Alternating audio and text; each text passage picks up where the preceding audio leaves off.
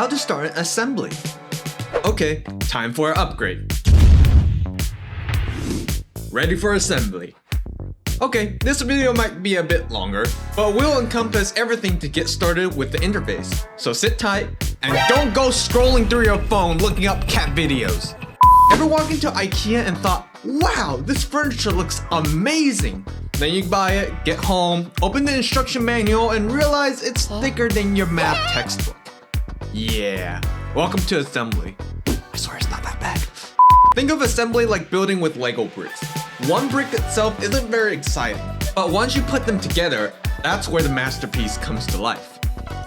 In SolidWorks, the assembly tool lets us take all the individual parts we created and combine them into one complete product. It helps us see how the parts fit together, test how they interact, and identify areas that may need improvement. To make a new assembly file, navigate to the top bar and select the New icon, then choose Assembly. SolidWorks should automatically create a new blank assembly for you to move around. If you want to send a part directly to a new assembly file, you can also select the drop-down from the New tab and select Make Assembly from Part/Assembly. This is useful when you're already finished designing a part and want to immediately begin building the complete assembly around it. Right now the assembly is blank, and that's because we didn't add any part into the assembly line.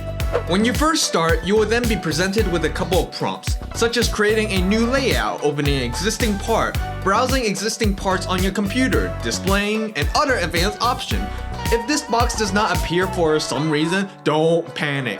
Just navigate to the Assembly tab and select Insert Component. If your parts are not listed in the box, first you need to make sure to save the working part as a .sld.prt file in your computer. Then simply click on the Browse button and find the SolidWorks part. To put a part into the assembly workspace, I recommend enabling the Graphics Preview checkbox and selecting the part you want to insert. Don't click just yet, just drag it into the workspace for now. A preview will appear inside the assembly. Pretty cool, eh? You could click into the workspace and place the object, but if I enable the origin to show you, you can see that the origin does not match. Most of the time, you want your very first part snapped onto the origin because it acts as the foundation for your assembly. Everything else will be built around it. To snap the part to the origin, you can hover over to the origin point and SolidWorks will automatically snap over there, or click the green checkmark option located on the right side of the screen. Now it's locked in place, but what if you knew you screwed up and want to free that part from there? No problem, just take that Allen key and shove it up. To fix this, take a look at your feature tree.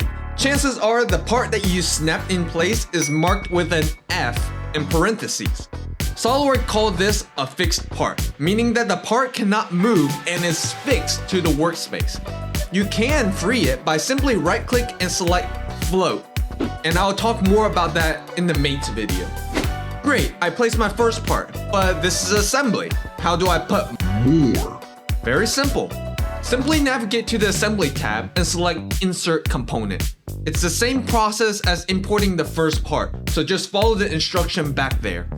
If you need to import multiple parts to your workspace, simply click the Browse icon and select all the parts you want to import. SolidWorks should automatically place them inside the option box, and you can drag them to the workspace. If for any reason you want to remove the part, simply navigate to the feature tree icon, right-click the part you want to delete, and accept the changes.